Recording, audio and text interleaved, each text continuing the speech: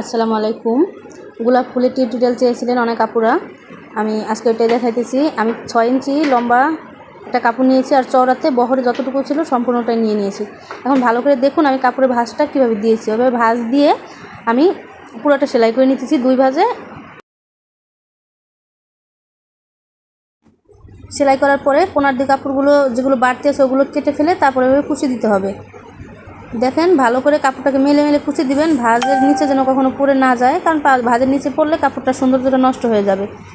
এর জন্য সুন্দর করে অল্প অল্প করে কুচি দিবেন। দেওয়ার পরে দেখেন হাতে আমি মুড়িয়ে নিতেছি। যখন আমি সেলাইটা করি তখন হচ্ছে যে আমি ফুলটাকে সেলাই করে হাতেই সেলাই করে দিই, ঠিক আছে। আর এই ফুলটা যখন বানাই তখন আমি নিজ দিয়ে হাত দিয়ে সেলাই করে এখন দেখুন যে আমি কিভাবে ফুলগুলোকে আসলে পুরোপুরি তৈরি করি। এবার একটু একটু মুড়িয়ে মুড়িয়ে একটু একটু সেলাই করে নিতেছি। ভালো করে লক্ষ্য করে দেখলে আপনারাও বুঝতে পারবেন। হয়তো আমি কেমন পারি জানি না আপুরা, তবে অনেক আপুরা আছে অনেক ভালো বানাইতে পারে, অনেক ভালো ওনাদের কাজের দক্ষতা। আমি আমার সাধ্যমতো চেষ্টা করি, আপনাদেরকেও বোঝানোর চেষ্টা করি। আসলে আমি অত গুছিয়ে কথাও বলতে পারি না, অত সুন্দর করে ভিডিও করতে পারি না, যে কারণে হয়তো আমি ভিডিও এতদিন দেই নাই। তবে আপনাদের সবার রিকোয়েস্ট অনেক আগ্রহ জাগে, যে কারণে অল্প অল্প করে আপনাদের মাঝে শেয়ার করার চেষ্টা করি।